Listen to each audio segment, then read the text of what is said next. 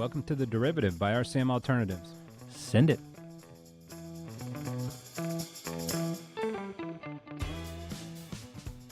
Hello there. Welcome back.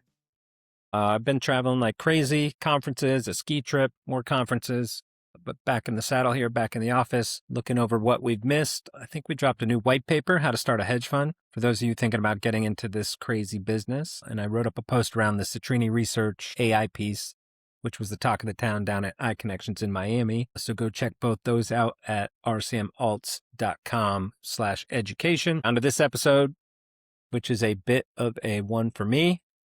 As we've got the founder of the OpenSnow app, I'm constantly checking all winter long to see where the freshest snow is for skiing. So Joel Gratz, the founder, is on talking powder forecasting, starting a small business, if this year's crappy snow is the new norm. Luckily, he said no. And what's wrong with the ski business?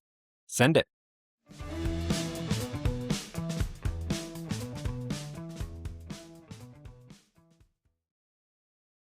All right, everybody, we're here with Joel Gratz. Joel, how are you?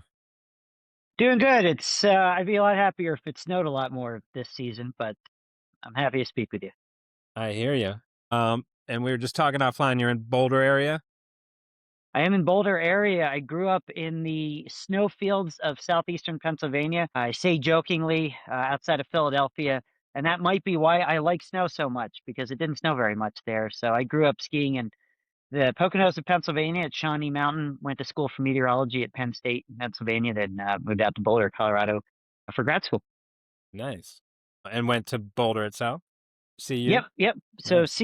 CU Boulder for grad school, where I studied meteorology, environmental studies. I got an MBA while I was there, but I also discovered this thing called powder, which I had only seen about twice in Pennsylvania. And honestly, I had an amazing childhood skiing, ski racing, ski instructing. I wasn't a great racer, but it was fun to keep me on the hill. And I never understood that powder was a thing until I moved to Colorado.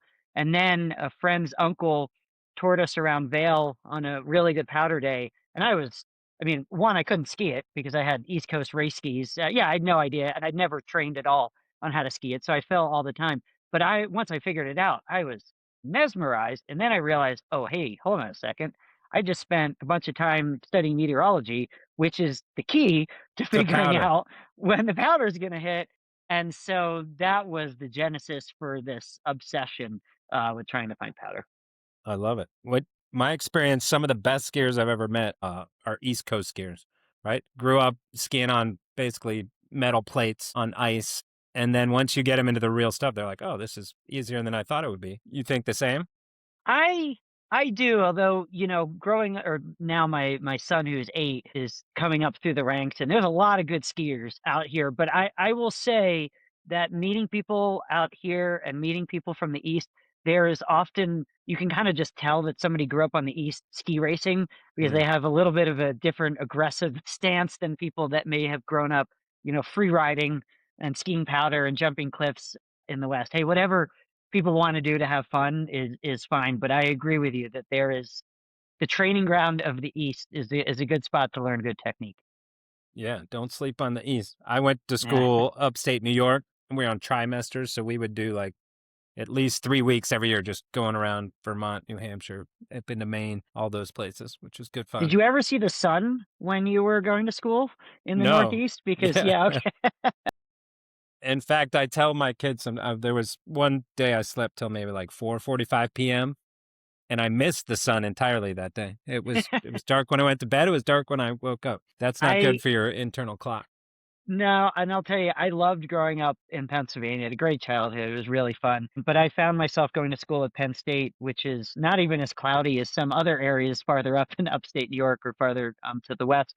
But I found myself, after a couple of weeks of mostly gray skies, being less happy than I was accustomed to being. And I didn't really realize until I came out to Colorado how impactful kind of just sunny weather can be. So I love being on the East Coast, but I love Colorado even more. And weird, what was that, a month ago, right? It snowed like 2 feet in southern Pennsylvania, in Philly area, and was nothing out west. We were like, what's happening? Yeah, I wish that is the time that I remember. I mean, so this obsession for some more backstory, runs very deep. I still remember listening to KYW 1060 News Radio outside of Philly when, before the internet, they would report which schools would be closed with a number. And so I think Central Bucks was 7:55. And so, I'd be listening for that. But then some kids might hear that and go back to bed or lounge around. The second I heard that school was closed, I would wake up, I would shovel, I would pile snow, I would take weather records and write them down. I would watch the Weather Channel, I would build a fire. Like I was insatiable for snow from a young age. So I'm just Nice. continuing that. Did you call your friends, be like first to report? Hey, it's going to be a snow day. I don't actually I didn't. I was just so obsessed with going out in the snow. I didn't call anybody. So which came first? You wanted to be a weatherman first and then got into the ski angle, or you wanted to be in the ski angle the whole time?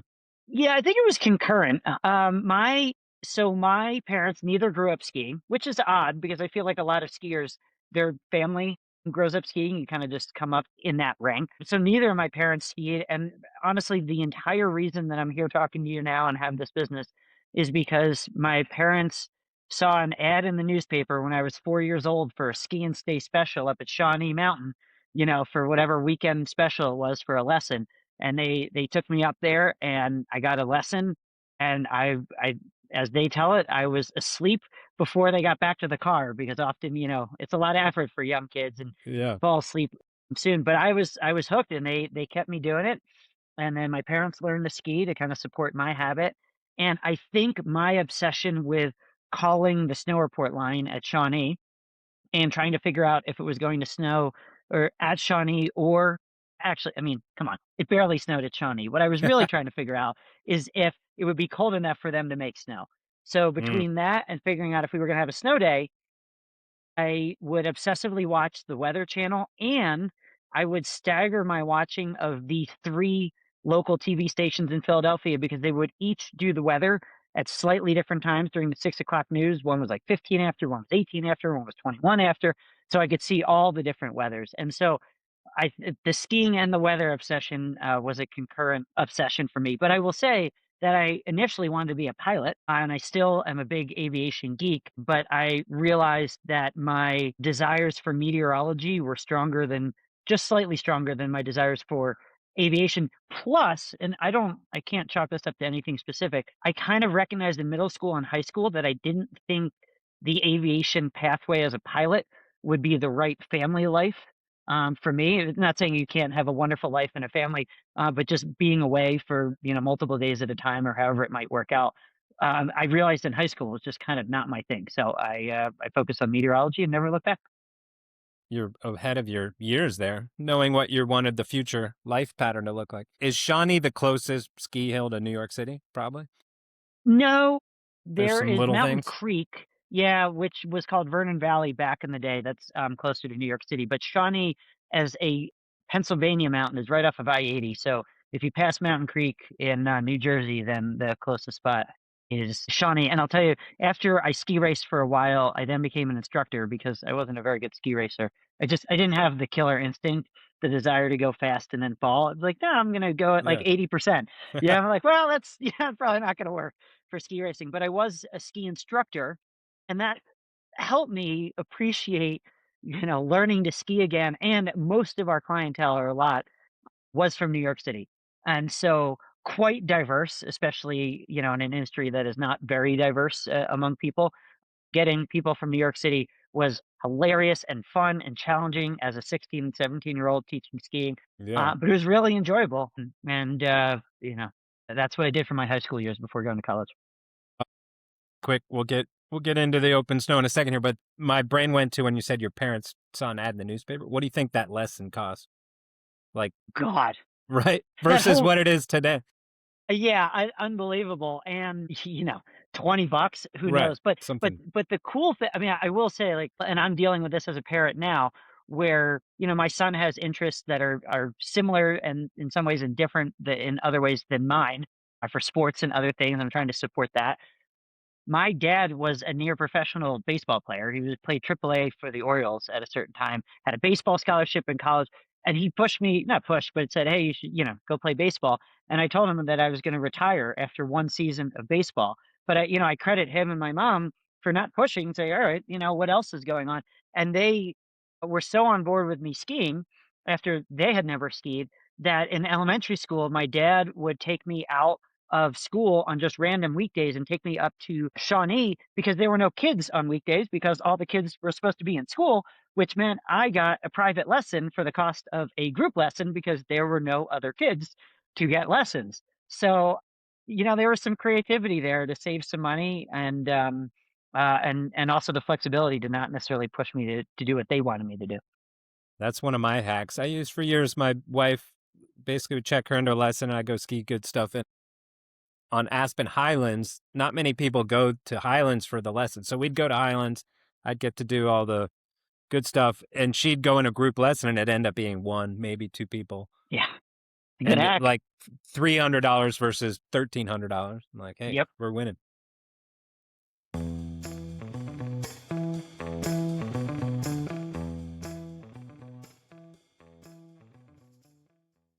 So, boom, you go to grad school, Colorado, you're out. You started OpenSnow immediately, or you had a real job first? Yeah, I did have a real job, which we were talking offline, which aligned with one of your previous podcast guests, Jeff Masters, who started the Weather Underground. I was an analyst for a hurricane and earthquake insurance company. So there was a financial angle Yeah. to this whole thing. But that was a phenomenal mix of business and weather. I was interested in business. I was interested in weather. And here we go. So I spent 4 years here in Boulder working for a company called Ikon Managers, which was a insurance company for hurricane and earthquake risk for small businesses. Mm. And I had a great time working for them. I learned quite a bit. And I also learned that powder was my first obsession Weird. when I was there. Weird for them to be based in Boulder, right? But whatever. They were It skiers. it was, yeah. Jack Graham, who started the company, I believe, was based in Boulder. I believe that's one of the reasons that it was here. But him and some other people that started the company had deep ties to earthquake insurance in California and other places. But it was here in Boulder. It was helpful for me, but I realized about 4 years in that there's a day that it was nuking snow at Vail, just Yeah. nuking snow. And I remember sitting at my desk at ICAT and I got to go. almost shaking with the desire to get out of there and get to Val's. I'm refreshing the webcams and I can just see it absolutely nuking and how fun that must be. And I just knew that at some point I probably need to do something else. Nothing against the folks at ICAP, but I had an obsession that ran deep. Well, yeah. Insurance and skiing don't usually mix. So then how'd this all come to be? You just popped in? No, It popped in your head, or you had a whole business plan? No, the myth of or not even the myth, but the one-offs of the Mark Zuckerbergs that just have an idea and they do it and it immediately takes off. It's not generally how anything works in life for most people. So when I first became obsessed with snow, I started to talk with my friends. I said, hey, I think we should go to name the location this weekend because it's going to have good snow. And my friends, as friends do, made fun of me incessantly for being wrong all the time and Ugh. saying it's a big jinx and all that stuff. But they kept asking me where to go. So eventually I put 37 of my friends on an email list. And I said, I'm not going to text you every time. I'm getting tired of this. I'll just email you once or twice a week to say this is where we're going to go skiing because of the snow. And that 37-person email list grew to 100, grew to 300, grew to 500, but it was a side gig, side hustle. Not a big deal. At that time, I emailed the National Weather Service here in Boulder. I emailed the Colorado Avalanche Information Center. I took classes. I talked to anybody who had ever been a forecaster in Colorado, who was interested in snow. I just wanted to obsess and learn about why does Vail get more snow than Beaver Creek on a certain wind direction? Why did Aspen get hit? And so I studied, tried to figure things out. And then a couple years into this, I just had this fledgling website and then I made it a blog, but people started emailing me asking to advertise. People started emailing me asking to write a story in a local, publication. And so one day, I woke up and I thought, well, you know what? I studied entrepreneurship in the MBA program. I've got what you would call traction, not internet traction. I was on the scale of hundreds of thousands, but not, not millions. And I was 28. I had a roommate covering half my mortgage. I had no significant other. I had no pets. I was like, man, if there was ever a time This to is do it. this thing, this is the time. And I also want to give a big credit to the Boulder entrepreneurial community because Techstars, which is an incubator, a kind of a business incubator that had started in Boulder and is now all over the world. I had a lot of friends going through that. I watched friends quit their job and start businesses. There were meetups everywhere, all over town, just talking about the process of starting a business, venture funding, you name it. VCs were open with their time. They called them office hours. So I would just go sit with VCs, not pitching them for them to fund me, but just, hey, what do you think about this? What am I missing?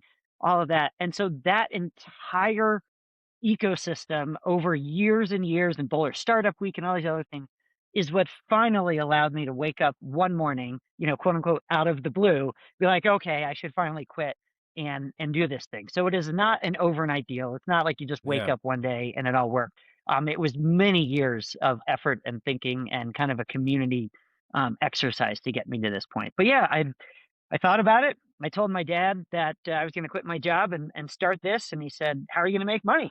He said, it sounds great. How are you going to make any money? I said, You're well, like, yeah, that's it. It's a good question. And, right volume. around this volume. Yeah, right. At the same time, a reporter who used to work at the Los Angeles Times and a big skier reached out to me and said, hey, I like what you're doing. I know the guys at Surfline. Surfline is a company that does what we do, but for surfing. So they started in, I believe, the 80s as a one Surfline number, right, with people forecasting surf. You don't hear And much about they 1-900 numbers anymore. no, no, that's a bygone era. But they had a good business, and this reporter from the LA Times said, "Hey, I want to introduce you to those guys. They're super nice. You're not competitive. I bet they could help you kind of think through, um, because they're an analog to your business, how you could start to run this." And he was exactly right. The CEO at the time of Surfline was a graduate of CU Boulder, so he was happy to chat with me. And they were really helpful too with their time and just kind of running me through how they think about their business with advertising and subscription. And I still think about those days. So nope, I quit, and it was a long, slow road to Open Snow. And there are many ways to get a business off the ground. You can bootstrap it. You can raise money from friends and family. You can raise money from investors. I chose to just bootstrap it based on the savings that I had and the fact that I was doing most of the work and I needed to eat Chipotle and have some water every day and go ski Nice. bum on my friend's couch. So my cost of living was Yeah. pretty low. Tell us, for those who don't know, what Open Snow is and does. Open Snow I have it is, up on my phone here. But not going to be able to there see you that. go. Open Snow is a platform that effectively started to tell people when it was going to be a powder day and when you should not go to work or go to school, and you should go enjoy this fleeting moment, this perishable moment of wonderful snow conditions. And for folks that aren't aware of kind of powder skiing versus regular skiing, it's almost like going to the Super Bowl versus going to, a high school football game or something. Both can be fun, but Love that. one is the thing that you dream about all year, or, fill in your analogy there. And the other one is enjoyable, but kind of everyday, kind of daily driver type thing. So powder skiing can make enjoyable skiing something that you will never forget, that one day with those one friends on that one run, when snow's billowing up over your head and it's just kind of grown adults are screaming obscenities going down the hill because it's so much fun. So that's what this was born around. But then increasingly, we have more people using us to just time out trips for decent conditions or to avoid bad conditions. And it's now a subscription service we have about 15 employees, another 10 contractors. And we reach, depending on metrics, hundreds of thousands to low millions of people every year, focused mostly in the Western United States, but increasingly around the world. Yeah. And you got, what do I pay? $70 a year or something like that? Yeah, it depends what deal you got, but yeah, our subscription is $50 or $100 a year, depending on what features you want. And that's a whole other story of pricing, because I started this being quite cheapish on pricing, and then going lower and then coming back higher. And it's a journey of time and building confidence in users, and also having advisors advise to charge what we think we need to charge to make a successful, viable, growing business, even if a few people think that it's too much money, because there will always be a few people that think it's too much money. Right. But it's you have a crazy audience, right? You have the total ski bum that has $1 in his pocket to Yep. the hedge fund guy who's checking heli skiing conditions in BC. Yep, Um, and we've gone.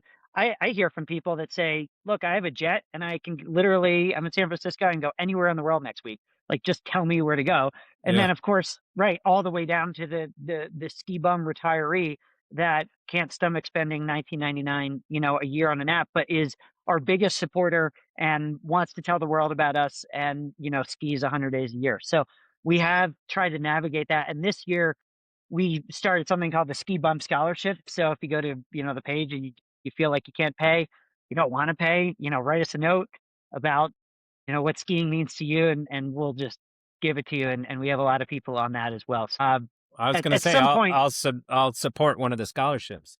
we'll see, and then we'll check your LinkedIn and say maybe you do have a higher willingness to pay. But look, most skiers have ski bummed on a couch or have done it at some point just for the love of it, and we understand that. So the technology that we use to forecast, to bring the apps to life, to pay all of our forecasters, like none of this is free. This all takes real money to make work. So we do need to make money as a business, but we're also thoughtful of trying to get this in the hands of people that are bumming it out there, because we've all been there. But it's also like how many times you and I've like I would easily pay $100 right now for a clean powder line or right for it to snow tonight. Like I so think I we've can all see paid a both lot sides more. of it. Of Yeah, like, I'm yeah, a lot more. trying to do that. So it is, yeah. When you get look, I've traveled to Japan many times with my wife and my son, um, to ski and to chase snow, and there's a cultural element, but there's also this. It's a game, but with the most wholesome payoff possible, because the game is weather, travel logistics, previous conditions, geography, mapping to try to understand where you are in the mountain, where the snow is blown in. But if you can play that game and you can solve it and you get that untouched run, it is. And I mean, for some people, it's about posting on Instagram and all that. For me, like, my outlet is Open Snow. I want to make the science of Open Snow, the communication, the best it can be. For me personally, I don't post on Instagram. It is just the inherent joy of that run with family and friends that is just so fun, and the culmination of that game. So yes, we have spent a lot of money chasing that condition locally and across the world. I'm trying to think of another sport where when you're skiing powder with buddies and there's just woo, like people are Yeah, just screaming in a yeah, good, like it's just naturally coming out of them in a way. Maybe surfing, I guess, right? You're not doing yep. that on the golf course. You're not doing that playing basketball, whatever. Like it's this natural emotion that comes out. We've had to discuss with our son, who's 8, we'll be on a chairlift on a powder day, and, people are just screaming obscenities, right, on the lift or under the lift, or you get on the chairlift with somebody else after a powder run, and the first thing somebody does, they don't look and see if you got an 8-year-old with you. They're like, "Oh my gosh, how effing great Yeah. and then they look at the kid and they apologize. They're like, "No, man, we understand." So that raw emotion is hard to manufacture outside of a certain few situations in life. So to be able to, I mean, I would kind of say, like, chase that naturally, right? Like, it's not drugs. And the interesting part is it's not something that you can control. You can have all the money in the world, but you're still at the whims of the weather and geography and sometimes bad luck. And so there is an element of effort involved, and an element of luck beyond all of the weather forecasting that feels like it somewhat democratizes this experience. Yes, of course, you can fly places and go heli skiing and things like that, but those also don't guarantee you perfection. You can spend a Yeah. lot of money on heli skiing and the conditions just aren't there, and the helicopter is not going to change that. I went Bella Coola. It rained up to 9,000 feet on the coast there. It was like the Pineapple Express, all that was happening. And I'm like, why the one, right? I booked it like 14 months in advance and all that. And you're just um, at the whims.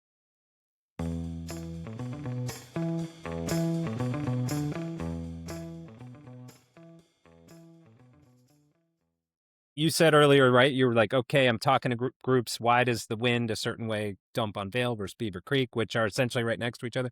Like, was that known? Did people know that? Or are people like, it seems like 10, 15, who knows how many years ago, just like, I don't know, that place always gets more snow.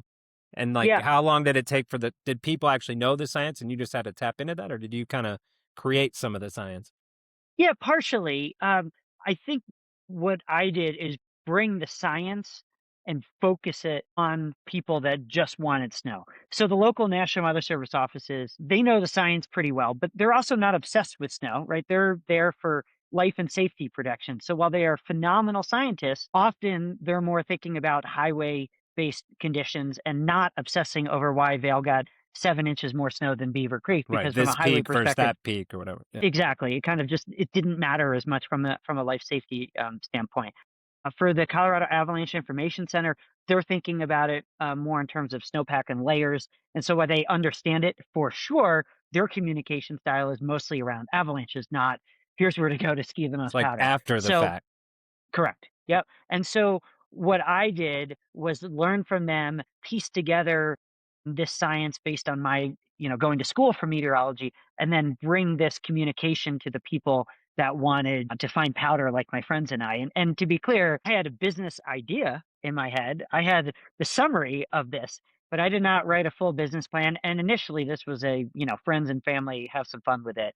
And in my wildest dreams, this is about what it would turn into. Like if everything went right, hey, you've got a successful business that you can run for the rest of your life with 15-ish employees and can be on the frontiers of the science. And we can get into the AI work that we've been doing, because I am super excited now to get out of, hey, it's just in Joel's head or Brian's head or any of our forecasters, and into an actual repeatable, kind of scientifically valid, unique product that we're building to hopefully fine tune some of these kind of local tricks and knowledge that we have in our brain. So it's come all the way from just writing what we saw and what we think we know to now trying to prove that scientifically. And that, what was in your head was if it's from this direction and the wind's blowing this way and it's above a certain temperature, Winter Park's going to get more than Vail, and north of the highway it gets more than south of the highway, all that kind of stuff. That's exactly right. And you know how you usually figure these things out is that you're out there doing Yeah. it, because there are very few weather stations in the mountains, and even the snow reports themselves from the mountains only measure snow in one location on the mountain. So for instance, we've talked about Vail, but we could talk about, Aspen Highlands, because you were mentioning the official reports at Vail and Aspen Highlands are generally less snow than what you're going to ski in the back bowls of Vail or in Highland Bowl. Yeah. And that's not because anybody is lying. It's just because the mountains are massive and it snows a different amount in different parts of the mountains. But if you're not at Highland Bowl or you're not in the back bowls of Vail on those special days, and you just look at the weather data from those snow reports, you might not understand how special of a day it was. And then you probably wouldn't go dig into the weather data to try to figure out what Why? created an extra 8 or 10 inches of fluff in that location, which you will then be chasing for the rest of your life. That is what I did, and that's also because those we don't have many weather stations out. That's why that wasn't kind of well studied by anybody else in the meteorological community, because there's just not a high availability of objective data kind of showing these conditions. So I just become obsessed with it, and that led to Open Snow today. But like any business, man, there's trials and tribulations, and it took, because we didn't raise any money and we bootstrapped this, it took years and years and years of slow methodical growth to kind of get the business to where it is today. And I wouldn't trade it, but I mean, I went from a stable, nicely paying job to thinking that this company could go to zero at any time. And honestly, it took me the better part of probably 7 to 10 years before I got over the fact that, like, it's probably not going to go to zero next year. But that's just the entrepreneurial journey for some people, or at least Right. for me. The what do they call it? The entrepreneurial valley. Yeah. Yep. But so why don't the resorts put more weather gathering stuff in on each of their peaks, right? Snowmass could do on all four peaks essentially. Yeah. Well, Highlands could have in and the you know bowl, what? at the base, at the mid. Yeah, and Aspen's actually a great example, because they're one of the few places that do have 4 or 5 sensors per mountain. But I will say that the majority of people that go skiing, or at least the majority of people that spend the most money skiing at the resorts, are Don't not care. timing the weather. Yeah, and are not caring, and have booked their 1 week during Easter or Christmas break or whatever it is. And so from a resort standpoint, and also from a resort standpoint, they're trying to smooth out. I mean, they don't really have much control over this, but they would like to smooth out the visitation and not have everybody come during the 5 days of Christmas break or have Yeah. everybody come during the 1 foot powder day. So resorts are not actively at all working against me They're or like, us or powder it's not chasers. snowing here. Yeah, yeah. Well, no, and they do want to tell the snow story, but also, for a lot of people, looking at multiple weather stations and timing this, like the obsession just isn't that deep, right? Like they're just, oh, it snowed, cool. I'll go out there and I'll see what the conditions are. But Aspen is a wonderful example of a mountain that has instrumented their mountains with multiple stations and sensors, but most of that. And you mentioned earlier, though, I know several people who I wouldn't call powder obsessed, right? And they'll cancel their trips. They're like, oh, Yep. right, especially this year. Hey, Yep. Utah's got nothing. I've been checking OpenSnow. We're going to cancel. So, and you mentioned that earlier. It's become not just powder, right? You're not called powder hounds. You're called Yeah, OpenSnow. yeah, that's right. So people are looking, and look, I think about this as skiing is quite an investment. No matter how much money you have, there's a lot of time and there's gas money, hotel, being out on the hill, lift tickets, ski passes, food, all of that. And everybody has options of what to do with their time. And so while skiing with friends and family is usually really fun, look, I was out, we're recording this in late March of 2026. It's been hot and dry in Colorado. I mean, record temps, he's on the hill, just very, very hot type of weather. And I was out skiing at Winter Park this weekend and it was really slushy, like really slushy and difficult-ish to ski at times. And I I can read your daily snow. understand somebody not wanting to spend the money for those conditions. That said, it was beautifully sunny. It was the first time I'm a skinny, cold body. So it was the first time that I've been on the hill all year that I legitimately like wasn't cold in any way. And the slushy bumps were so fun. I mean, there's not a hint of ice. Everything is just soft. And if you're into that thing, it's amazing. So there's always a way to have fun. But I also understand that if you were going to fly out from some other city and that wasn't your goal, then sure, you should think about those conditions. And honestly, one of the underlying things that motivates me for Open Snow is to level up people's weather knowledge and weather confidence to the point that they can make more confident decisions about what's going to bring them happiness. So I think a lot of people I'm not saying we're the only weather outlet, but a lot of people kind of believe like, oh, you just go and you get what you get, whether that's a hike or a mountain bike or skiing or whatever it is. And sometimes that's true, but I'm trying to help people understand that you can use weather information to adjust what you're doing at least 3/4 of the time with some level of confidence and accuracy. My family and I hike all summer. I will not I will not go near a tall mountain unless I am very confident about what the lightning forecast looks like and know that I can get up and down below tree line Before before any the clouds. first yeah, before the first strike. And it's not always perfect, but the tools that we have now are really, really good and it's far better than a crapshoot. And I don't think still a lot of people realize that. And so I'm not ever advocating for people to spend money skiing or not spend money skiing or cancel trips. But if you can use weather to your advantage and make the best use of your time, that makes me really happy. So two things to unpack there. One that led me to, can you give me a 6-month view, right?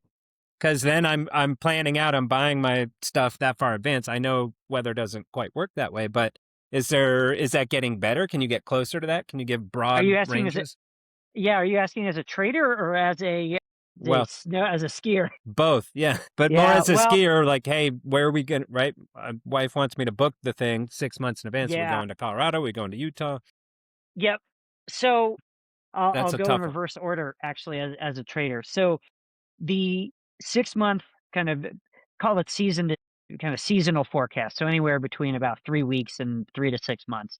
There is not much utility in those forecasts for objective, or I would say deterministic decisions. Like I want to go here versus here.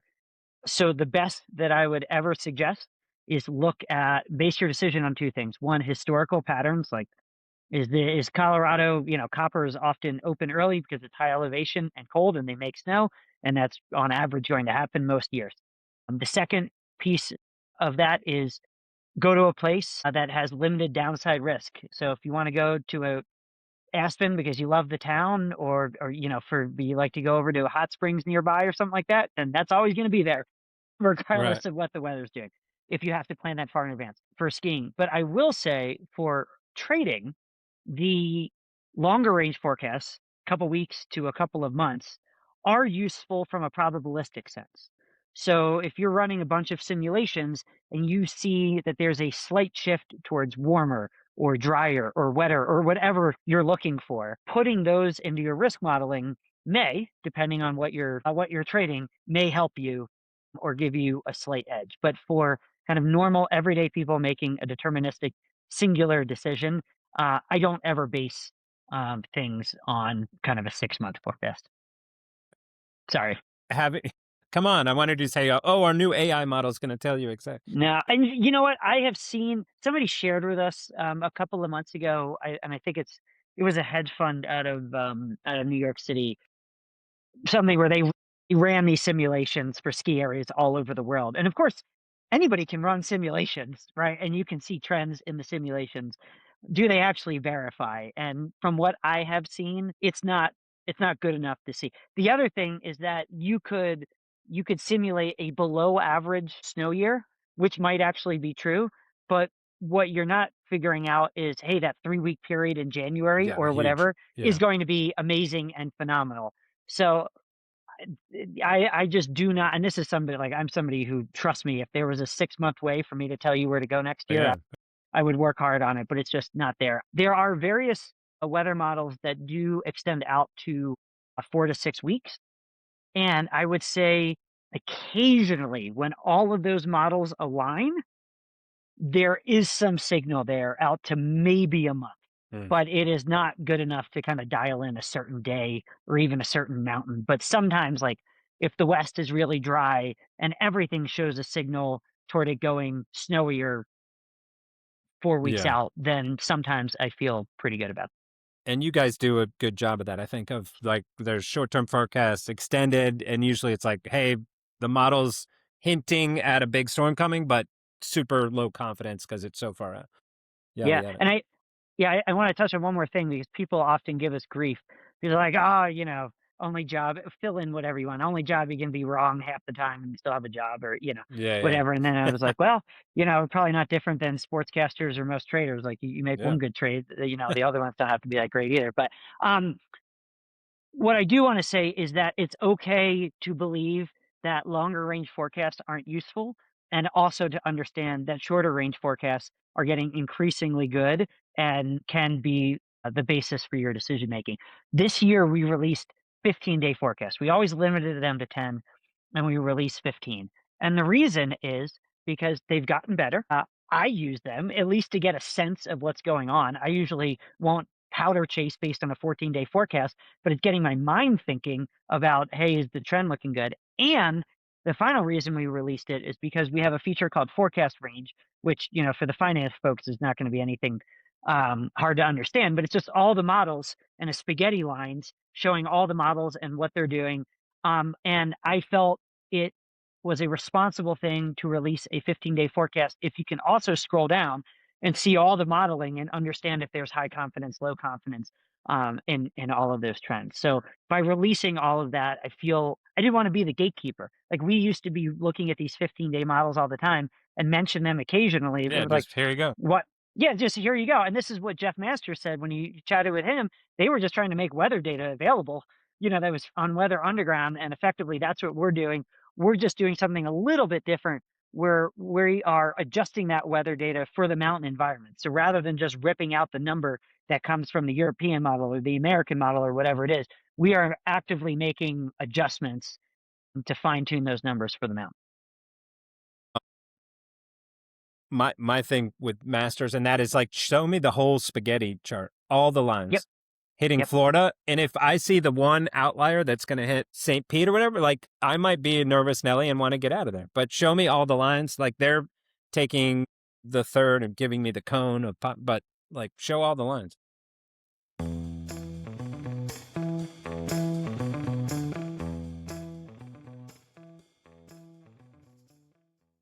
We mentioned, so 50, sunny, right? I'm scrolling through today looking at all my favorites.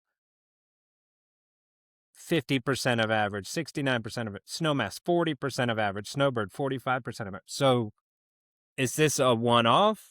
Is this climate change and global warming, and are we in big trouble moving forward?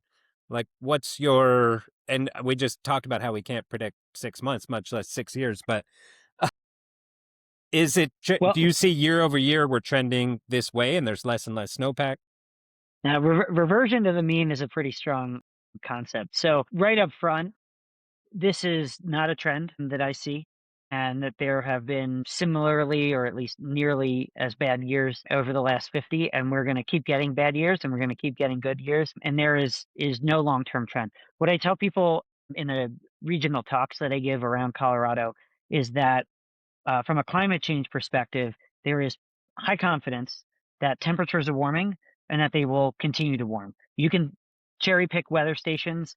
I don't want to say cherry pick. You can find weather stations where it's not warming. But for the most part, for most of the United States, for most of Colorado, for most of the globe, temperatures are warming. And the best science that we have shows that it will continue to warm. From a precipitation standpoint, while there are some changes in kind of heavy precip events, like the strongest thunderstorms or something, when you look at overall precipitation, especially across Colorado and the western United States and western North America, there is no long-term trend in precipitation. So if you combine warming temperatures and no trend in precipitation, then logic just dictates that lower elevations are going to have more rain events, right? Because it's just warmer. The shoulder seasons, spring and fall, where it's often more borderline between snow and rain, there's just going to be a few more rain episodes. But there is no long-term trend with precipitation. So the best that I can tell at this point is this is not a climate change signal. This is bad luck. The atmosphere is a chaotic system, and it can all combine in certain ways to bring good news, bad news, or whatever news you want. And in this case, it was dryness and bad news for the West. So it was mostly dryness. It wasn't just warm. This year's Oh, bad in it was Colorado. warm. Yeah, it was warm and dry for sure. I mean, and you hit on that exactly right, is that not only was this season drier than normal in a lot of places, but importantly, it was much warmer than normal. But often those things go together.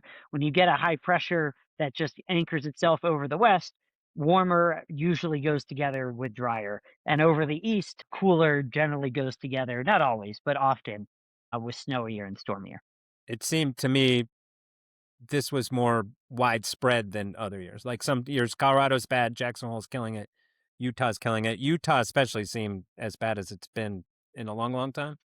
Yep, and that a lot of that has to. I mean, look, I don't have the exact numbers in front of me, but Alta had many 500 plus inch. I mean, they averaged 500 inches a season, and then they had many seasons that were over 700 inches, which is incredible. And they are a shred of what that. And I'll do some real time sleuthing here, but yeah, Alta so far this year is 280 inches, which is wow. I mean, and Alta is one of the snowiest places in the world, and so they've had great powder days there this year, but I mean, it's it's half of what they normally get. And you're right, this was widespread, but also, I like to remind people, you can look back, and I show this graph of the Colorado River flows reconstructed over 1,000 years using tree cores and samples and all sorts of things. And you can see significant droughts, through the period of 1,000 years ago. Droughts as bad or in generally worse than what we have in modern history. And so what I like to remind people is, like, we think of this year as being awful, but we generally compare this to the last 50 years.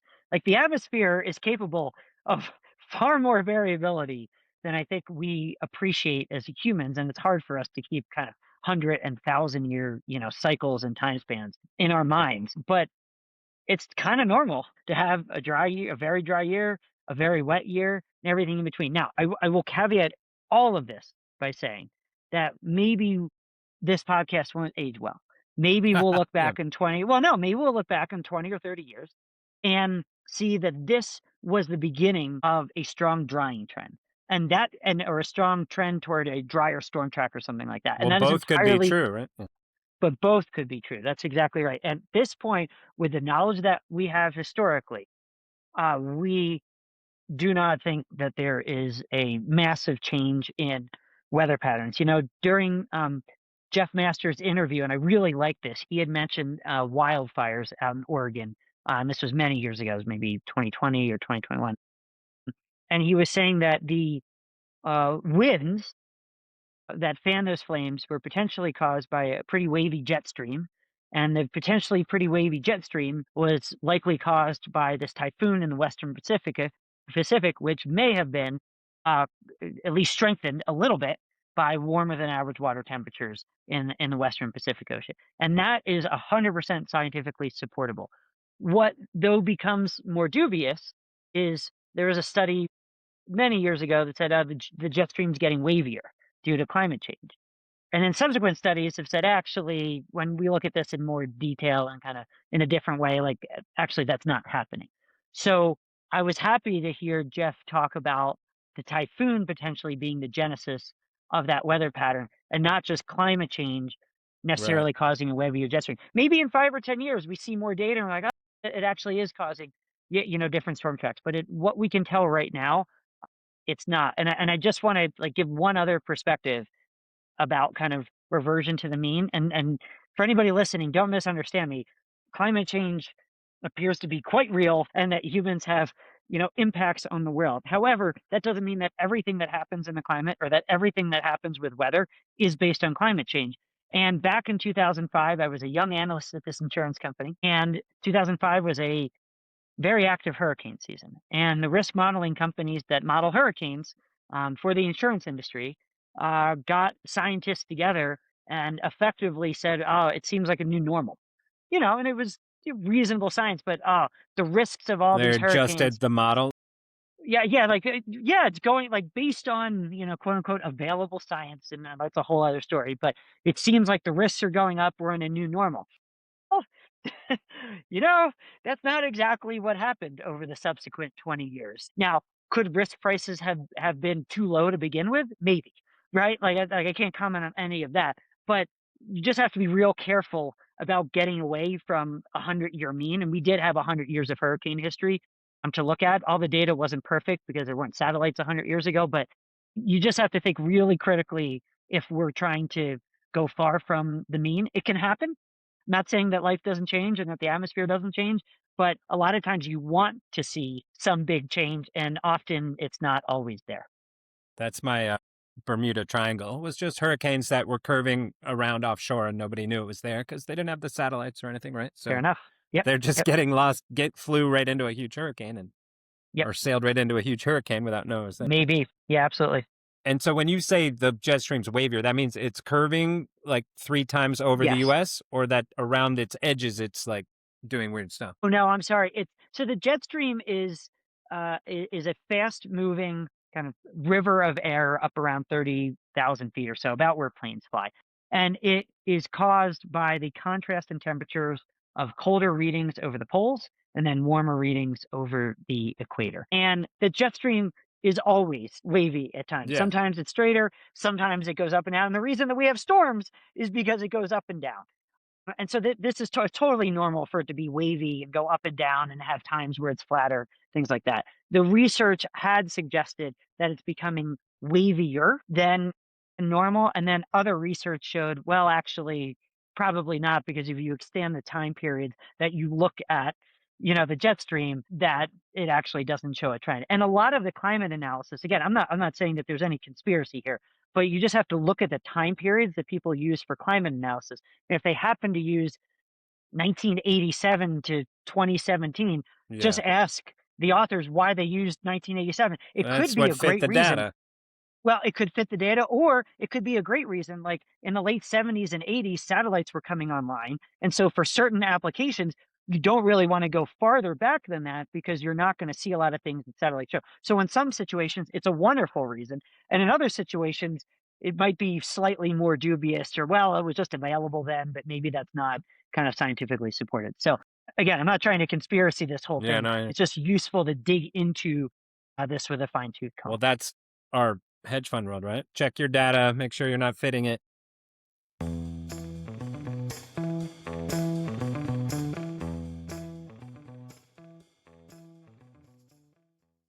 a few random ones here I wrote down as we were talking. One, Sure. do you ever worry that you're actually ruining the powder? Like you're telling everyone, Yeah. right? You're like making it too crowded versus just Yeah. this is my own personal model and I'm going to go find the best powder. Yeah. Yeah. As part of growing up, my son is starting to ask even more interesting questions. And the other day he said, Yeah. Dada, do you ever worry about anything? I was like, oh, yeah, I run a small business. I worry about everything all the time. Everything. Like, literally everything. I do think about it. And there are two sides to this. One, as a friend of mine mentioned, he was like, look, if you're not doing it, somebody else will. Weather Yeah. data is just becoming more and more available. And what was really specialized knowledge even 5 years ago is even easier to get now with very little programming understanding. So somebody's gonna do this. On the flip side, I do think about it. I am out there. I am lining up hours before first chair. I am dreaming days in advance of how that run's going to go, and can we do that, and can I stay a little bit ahead of the crowds or think a little bit more creatively to do this. So I do think about it, and as we release new products, like I think real hard about how much we're trying. We tell somebody to go to one spot versus another spot, to try to not call out small mountains too much to kind of Mm. overwhelm. Like, I'm not hiding anything. Yeah, Everything yeah. is available on Open Or Snow. just saying But like, note, if yeah, you all listen to this, it's going to be super crowded. right. Well, and there's the Instagram effect, right? Like that really cool hike is now, over. And hey, like I can't take responsibility.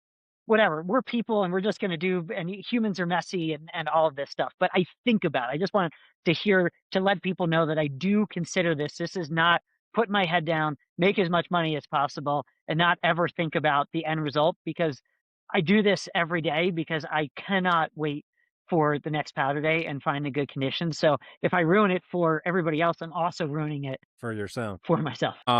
And along those same lines of crowds, I was just in Revelstoke recently, about a 45-minute lift line up the single gondola, like unbearable. What do you think? Ikon Pass, Epic Pass, right? The locals will complain it's ruined, it's made it too crowded, too expensive, all that. Yeah. So what's your Yeah. take? Net good, net bad? How do we fix it if there is a fix? Man, like most things in life, this is really tough. Yeah.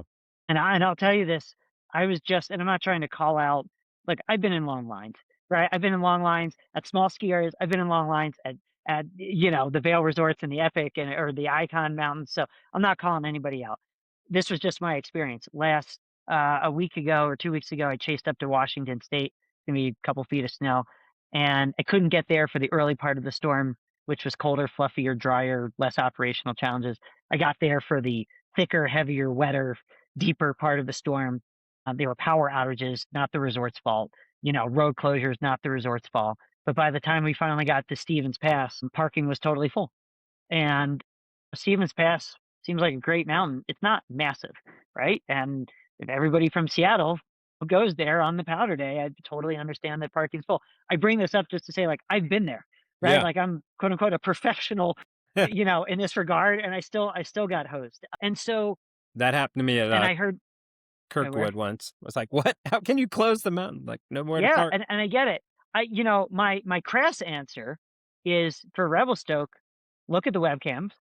They're Yeah. time stamped. Figure out when people get in line. Wake up earlier, have a coffee, and be first in line. And like, the mountain will be delightful, and you won't have to wait for a 45-minute line unless you ride all the way back down to the bottom. My less crass answer. My defense was I is- got into town at 3:30 in the morning. That's impressive.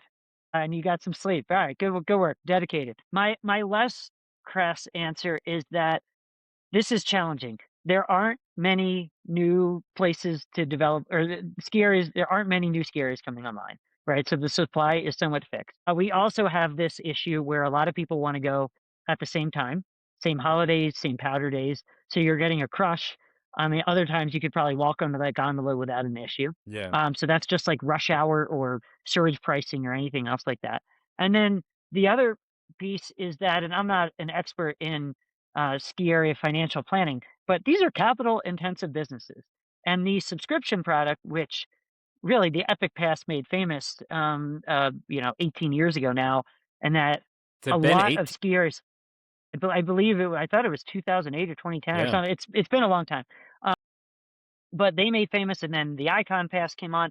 A lot of individual ski areas run on subscription revenue as well. And you look at an independent resort like Monarch in Colorado, I mean, it's a reasonably small, closely held ownership group, and they probably wouldn't have had a viable business were it not for seasons passes and quote unquote subscriptions, right, to do this. So I think the subscription Or at model least not in a year total like this year, right? right, not in a year like Zero. this. Yeah. And right. And but that's what the subscription product is there for, so that this year doesn't break your business, right? You just kind of keep on going. I get it. And I just don't have that solution. The way I play in this world is I just play in this world. If I go to a place that I know is crowded, I just try to get there earlier and deal with it. And if I think now the powder days on a weekend and everywhere is going to be nuts, I'll think about going to a smaller mountain or going into the backcountry and safe terrain that's low angle and having a peaceful experience. And it might be 2,000 vertical feet instead of 20,000, but Yeah. maybe I prioritize that. I I have thought really hard about this experience thing because I grew up, as we started talking about, on 700 vertical foot, Shawnee Mountain, family owned and operated. So fun. But also, I remember in the 80s, it was crowded there too, Yeah. from everybody coming to New York. So, like, I just don't know how much of this is new, quote unquote. And also, people have never had more information and more of an ability to make their own decisions. And if you don't like this, then go travel to Europe or Japan, look on OpenSnow or anywhere else. Find There are literally hundreds of small ski areas. Go do your research, go pick ones. And from a traveling standpoint, tickets in Japan and Europe, $50, $60, $70. Like, Yeah. going to a place because it's on Icon or Epic after you travel to Japan or Europe just because it's on Icon or Epic, like, you're not saving much money at that No. point, because the lift tickets aren't, they're not $200 or $300 like here. So I would say, just like anything else in life, or what you do with your fund, if you're just a little bit more creative, you can usually try to get ahead of things, or think just a little bit differently. And yes, I did dodge the question Yeah. of, capitalism and these programs, but honestly, I don't have the right answer, because Yeah. I don't think it's an altogether terrible strategy to pull a lot of mountains together and insulate the weather risk through subscriptions. And on the flip side, even Icon, which has tried to be much more independently minded and allow the local mountains to kind of do what they do, even that generates big problems, because people, will go chase to these mountains because it's on the pass. So, man, I don't. I'm They told guilty. me in I'm the meteorology icon school. guy. Yeah. Yeah, they told me in meteorology school to just eventually, if you don't know, just tell me you don't know. So I'll tell you, I don't know. The flip side of that whole conversation is Vail Resorts is down like 70% their stock in the last 2 years. So, not to put you in a financial spot, but like, it's not really working for them either. So if it's not working for the consumer, it's not working for the guys running it. Like, Yeah. what's happening? Well, I don't know why everything's been sold, and of course, the financial performance hasn't been as good. But also previous to that, I believe it way outperformed the Yeah. market, and I don't think anything can be up forever. And so, they had a probably plus or minus great decade run. And you bring up a great point. If but here's the flip side. People look at lines and all that kind of stuff. I had a number. We ski Vail a lot, Vail Mountain, because we have really good friends that live near Vail and Beaver Creek. So just from a proximity standpoint, we're there a ton. People accuse me all the time, like, "Oh, the resorts are paying you to to like Yeah. show more snow." I was like, "Trust me, no marketing person has ever emailed me at 4:30 in the morning to like, hey, pop up that number or something." Also, all of Wake our up. forecast data is automated, so like none of this is happening. But I yeah, some of those powder days are annoying. I mean, there were very few powder days actually this year, but some of them are annoying and tough and difficult. But also, I've had remarkably fun times there, and the product is totally great and enjoyable. And I've also had wonderful times at Aspen, and Aspen is a totally different deal, right? And now, like, I don't know all the details of how, Vail Mountain's operational finance compares to the Aspen's, finance, but like, they Right. both We don't know succeed theirs. in It's some way. privately held. Right. Yeah. But that's it. So man, I don't know, but like this is the point is that you have a choice. Like this is Yeah, yeah. so wonderful. And if you don't like Vail, you can drive an hour and 45 minutes and go to Aspen. And if you don't like the big mountains, then you can go to Sunlight, which is right in between them, and have a burger and a beer for probably $10 and have an awesome day. And go back to the hot springs in Glenwood, 20 minutes away. So like the fact that there's a choice is wonderful. And the fact that people choose to operate their businesses differently and they can do that is also wonderful. And you know what? If Vail Resorts keeps getting punished in the markets and Epic Pass sales decline, then they'll probably make a change because of that type of feedback. So I don't know. The fact that we have options, I think, is wonderful. You want my Vail slams now? Do you go there for the view of the highway or the Pepsi machine in the middle of the slope? I love it. Spoken like a true Aspenite. Right? Like,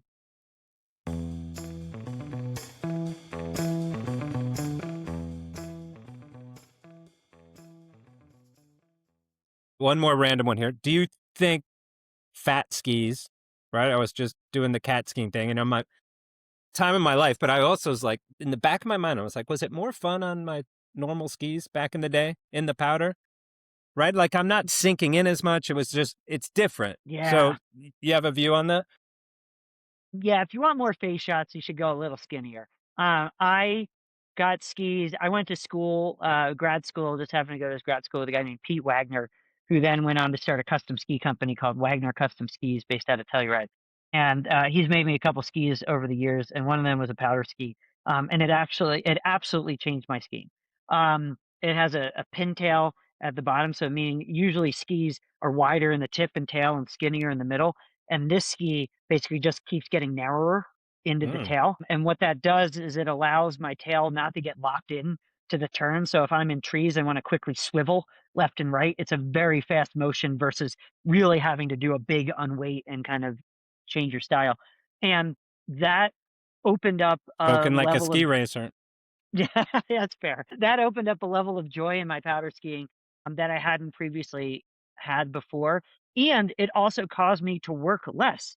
So I can ski full powder days and have legs left at the end of the day. But I agree, it takes a really special, deep, perfect day to get face shots. But I'll also say it makes it even more worthwhile when you get those face shots on that extra special, deep, fluffy day on the wide skis. So again, just like Vail versus Aspen versus Ikon, we all have choices, which I think is just so fortunate. And I can't let you off without shouting out Evan, and that's his name, right? In Utah. Yep. What Yep, you was got it. Was he a different company, and then you guys merged or something, or you brought him on? Yeah. So what happened was that back in 2010, I started writing forecasts. Ryan Allegretto in Tahoe was writing forecasts called TahoeWeatherDiscussion.com. I was writing at ColoradoPowderForecast.com, and Evan Thayer was writing at Wasatch That's right. Yeah. SnowForecast.com. And we all started independent of each other, didn't know of each other, and we're just doing these things. And so my strategy was none of us are going to make probably an amazing living all doing it independently, and especially almost 20 years ago before Substack and all these tools were available. Yeah. But if we got together and not only kept writing together, but built this platform together, which is what we have now with OpenSnow, with maps and forecasts and you can get a forecast for anywhere in the world. And we're about to do some other really cool stuff. If we all do this together, then we might have a viable business. And it took many years. I mean, I didn't go in there with big checks or something like that. I was bootstrapping this thing. So it took many years of convincing and discussions and meetings for them to kind of quote unquote give up their baby and join the crew. But we're all now working together. It's our dream jobs. Like this is what we love to do. And for the most part, we all want to be here for, decades into the future. And you can tell in the writing, right? Like you can tell you guys are like literally excited about it, and you should go here. It's going to be epic. It's going to be. And I will just tell you how lucky we are to be alive. I mean, this sounds like I'm running for office or something with all these like political friendly statements or something, but how lucky we are to be alive at this point where people can have profitable niches. Like we don't need to take over the world of weather and buy the Weather Channel for this to be a viable company. We can exist and do well. Snow Dash Forecast, which has been around since the year 2000 and is bigger in Europe, but also big here.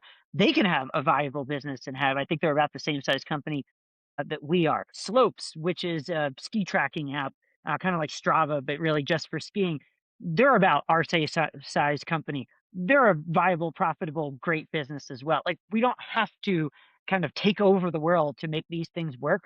And with just monetization on the internet and in the app store and via Stripe and everything else, like we can just have nice, quote unquote, small businesses and ride this wave, quite a while doing what we love in a profitable way, serving customers. And we don't need to go on, massive M&A strategies or something like that to do I hear you, but I'm going to advise you stop calling out the competition. it.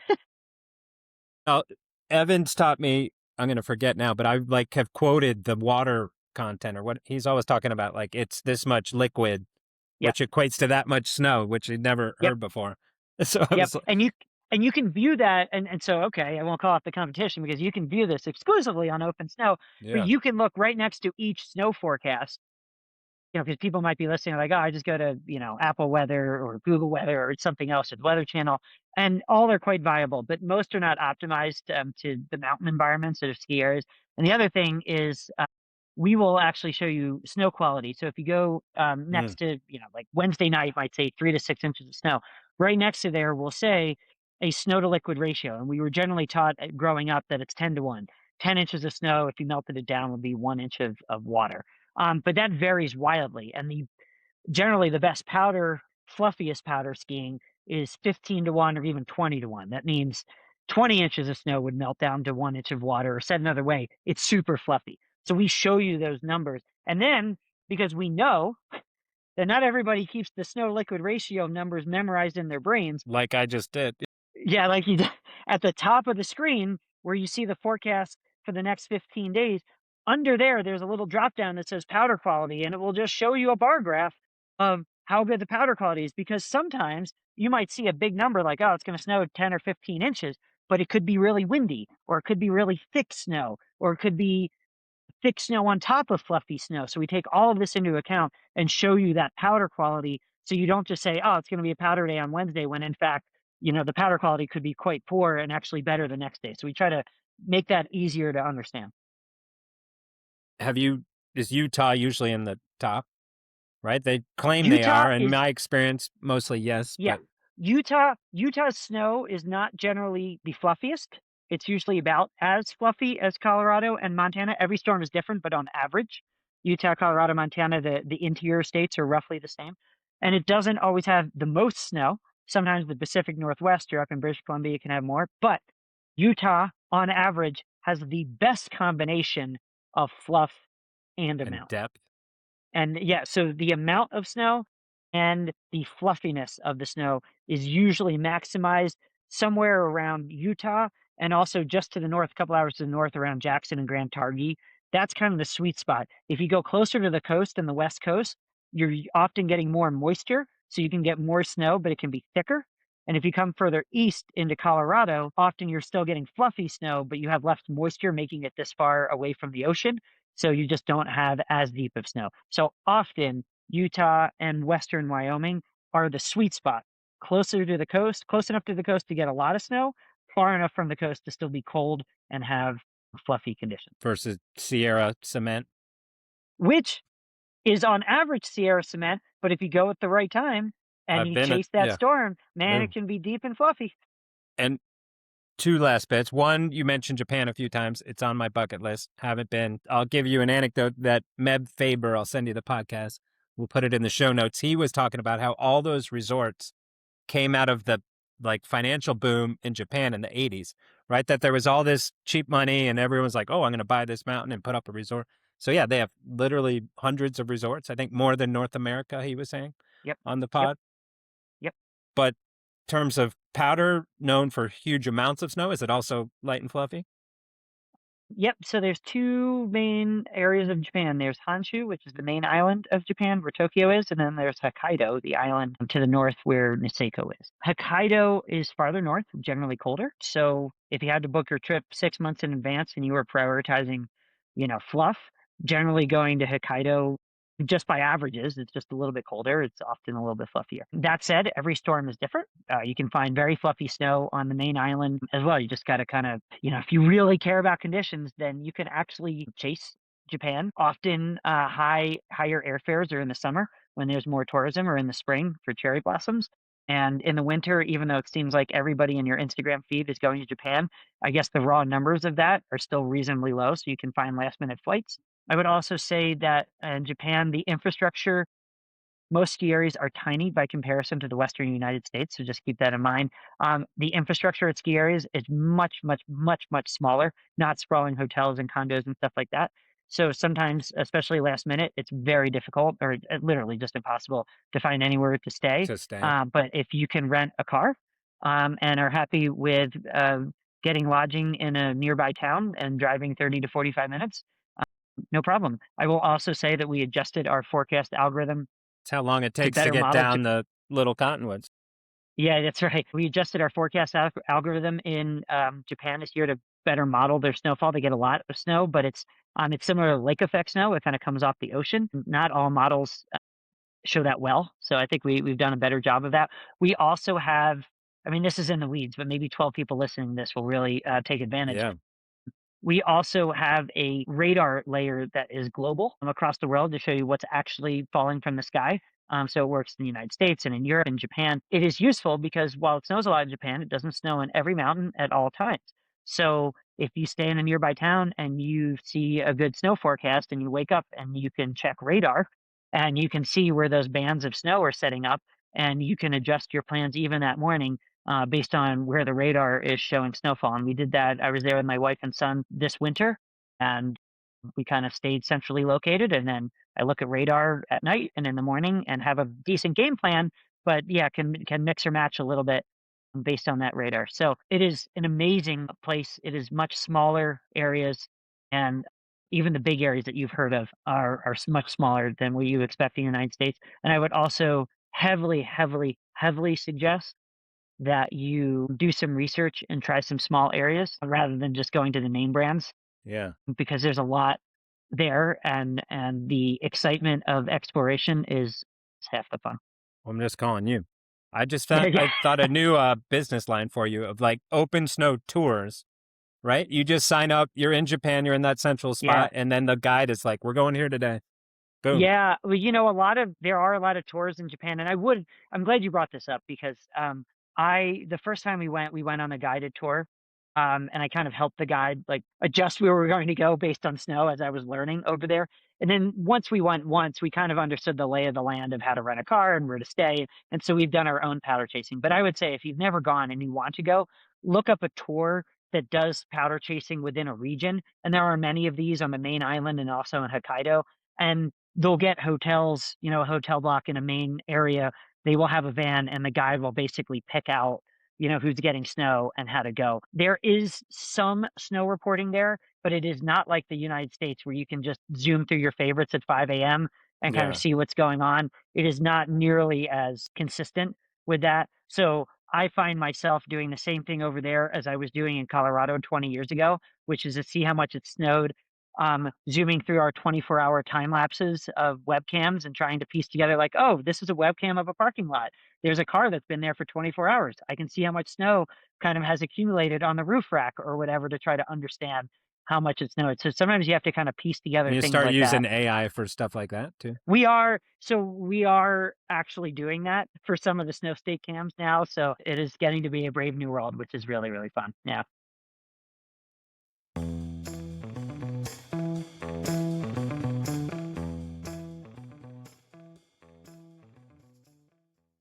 All right, we could go 6 hours, so we're gonna wrap it up here. I need your Mount Rushmore, right? Instead of your favorite, I'd let you pick 4.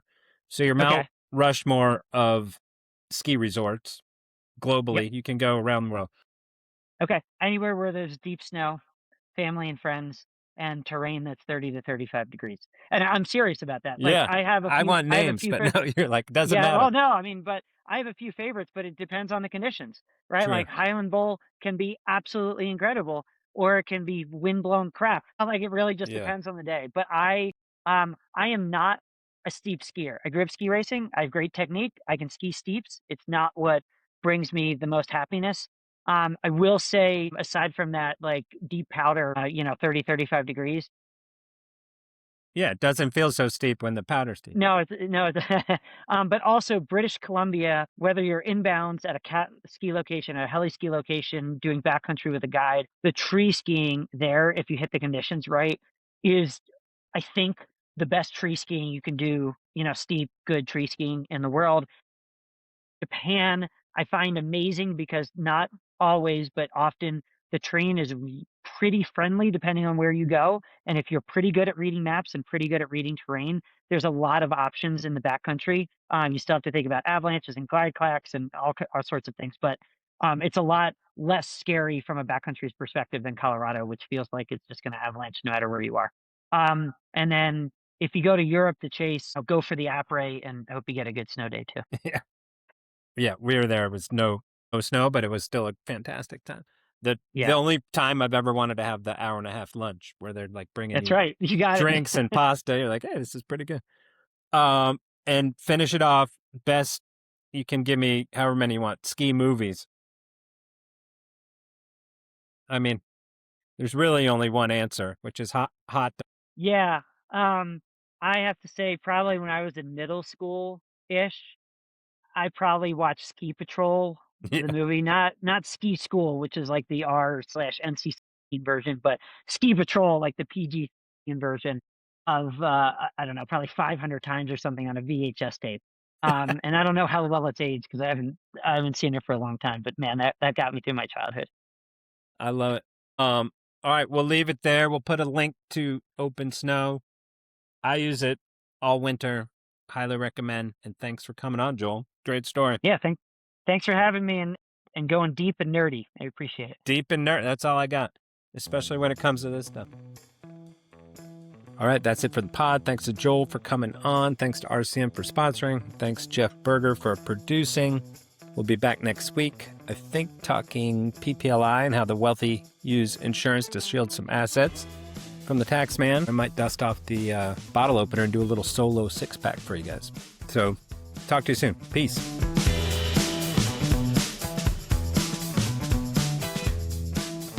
You've been listening to The Derivative. Links from this episode will be in the episode description of this channel. Follow us on Twitter at RCMAlts and visit our website to read our blog or subscribe to our newsletter at rcmalts.com. If you liked our show, introduce a friend and show them how to subscribe. And be sure to leave comments. We'd love to hear from you.